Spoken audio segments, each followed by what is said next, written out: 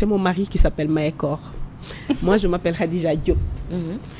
Mon mari quand je parle de lui nag damay commencer am ay émotions fortes. mi ngi may tontu de mi ngi may tontu. Machallah. C'est mon mari. Et c'est important la question bi nga ma posé daf may neex ma ciy tontu. dëgg la parce que dañuy wax toujours derrière chaque homme qui réussit il y a une grande dame. Man c'est le contraire que je dis. Je dis que derrière chaque femme qui réussit pas seulement en politique et même dans la vie de tous les jours c'est parce qu'il y a un grand monsieur. Et moi la chance que j'ai c'est mon mari.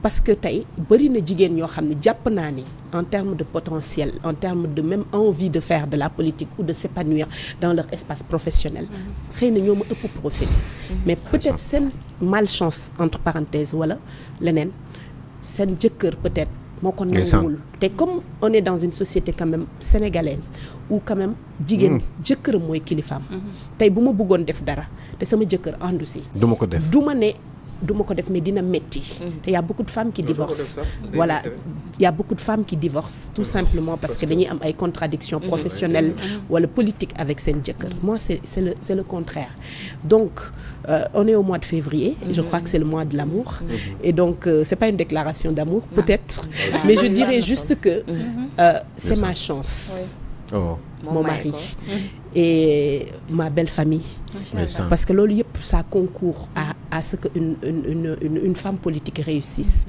à ma famille aussi mais aussi parce que aussi comme il le dit moi j'ai des parents yu nga xam ne aussi dañ ma yar très tôt pour que je sois autonome dans tout ce que je fais on nous a responsabilisés très tôt on nous a appris à nous battre dans la vie on nous a préparés à être des leaders et ça c'est important mais loolu yëpp su ma ko amoon te am jëkkër boo xam ne dans sa mentalité il n'a pas cette ouverture d'esprit daf may bloqué. yan conseil la lay faral di jox. il me dit juste d'être en adéquation avec moi-même d'être moi te xam nga loolu dafa am solo moi je suis moi c'est ça mon fort intérieur. Et ça vous arrive de changer et de se contredire. man ak sama jëkkër non waxu kii la comme waxu politique waxu. mon mari àdduna nu muy doxee. je peux vous dire une chose. Je sais même pas si je dois le dire ou pas. Sur beaucoup de choses en politique bokkuñu parfois avis. Souvent c'est génial. Mais c'est le respect mutuel. Oui, et c'est dans cette contradiction que les gens se construisent. Man loolu laa jàpp. Et en tout cas maa ngi ñaanal bépp jigéen boo xam ne yaa ngi dund sa vie politique ou personnelle ou autre que nga am ce complément. Parce que c'est important. D'accord. Deux personnes peuvent s'aimer et ne pas avoir la même philosophie de vie. Oui. Deux personnes peuvent être ensemble et avoir la chance de se compléter et de se comprendre. Donc, je suis contente que vous me donniez l'occasion pour que je parle de cet homme merveilleux que je n'aime pas montrer. Ça aussi, c'est très important. Mon mari, je n'aime pas le montrer. Je veux même pas associer ma vie privée, publique, à ma vie publique. Et Khadija, est-ce que du dafa ñaaw mën na nekk mais moi je l'aime. C'est le plus important. Yàlla bu ñaawee baax na ndax moi je l'aime. Voilà, donc c'est juste pour revenir à l'essentiel et dire qu'il y a beaucoup de femmes qui ont beaucoup de potentiel. Il y a on va vers le mois de mars qui est le mois des femmes. On se pose pourquoi beaucoup de femmes n'arrivent pas aujourd'hui dans les instances de décision. Pourquoi mais il y a beaucoup de pesanteur sociale. Vous êtes pas entre députée? autres familiale. Non, je suis pas députée. Pourquoi vous n'avez pas mère. été députée? Parce que je suis mère et je pense que être mère est déjà assez suffisant. Mais Ahmed Aïdara est mère? Je suis pas Ahmed, je suis Khadija. Encore une fois, je suis moi. Non, parce que lu tax parce que man yow dama la gisoon man Assemblée nationale. Moi, je suis bien mère. Et j'ai envie de réussir ma mission de Assemblée mère. nationale mooy yow ak Karim Xrum Xax. C'est vrai peut-être, mais Dambo aussi. àdduna on vient de commencer nos carrières politiques. D'accord. Et je crois que suñu carrière politique suñu yàlla mayee dund mu ngi ci suñu kanam.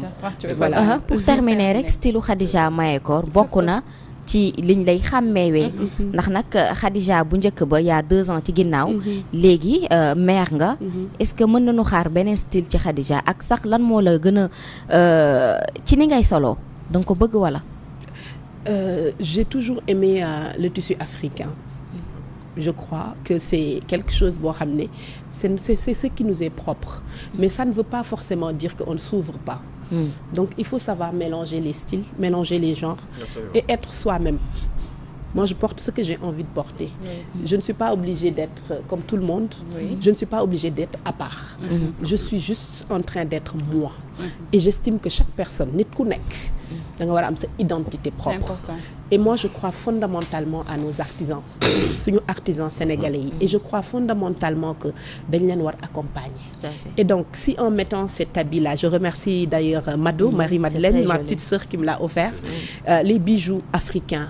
C'est très joli. Et ça voilà, nos mamans qui font des bijoux en perles. Et j'en passe. Et nos foulards qui ont quand même leur style et leur identité. On le mélange.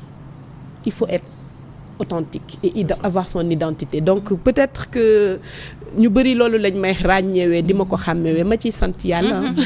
Ouais, en tout cas c'est très joli comme ni nga wax dañ la ko ci ràññee mu nekk un style vraiment bu rafet bu nga xamante ne ku xalaat Khadija Mahécor ma ngay xalaat rouge à lèvres bu ñuul bi mi xalaat lox si rasta yi muy def yi dafa jonge Khadija Mahécor Khadija rek il faut mu joxaale je vais vous donner un secret. D'accord. Enfin c'est même pas un secret, tout le monde le sait. Ma passion c'est la cuisine. Ah bon? Et le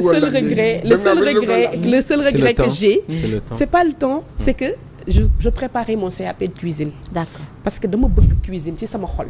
D'accord. Les gens ne me comprennent pas. Peut-être que si vous rentrez dans ma page, vous allez voir, j'aime cuisiner, partager ça, faire des photos, faire des plats, découverte du monde. Xool yeneen cuisine, les cuisines sénégalaises. Hein? Et vous n'êtes pas grosse. Aussi un peu, mais bon, c'est pas grave, je suis une sénégalaise. Donc les sénégalaises duñu wow. C'est pas contre toi. Je dirais juste que voilà, c'est des choses qu'on nous demande. Être femme politique, c'est plusieurs casquettes. Être femme politique, c'est être maman aussi. On a des enfants comme ñëpp. On a notre vie professionnelle. Da ngay liggéey, man je suis une mère qui travaille, j'ai mon job. Di liggéey, bien que da ngay def ay aménagement, tu as la responsabilité aussi d'une mairie que tu dois faire fonctionner. Tu as la responsabilité de 120 000 habitants, plus des agents, tu manages des hommes, des équipes, tu dois être ambitieux pour ta commune, tu dois être une épouse, c'est aussi un autre rôle, et tu dois aménager aussi du temps pour ta vie sociale et tout. Donc tout ça c'est de l'organisation. C'est ça le maître mot. Il faut être organisé dans la vie.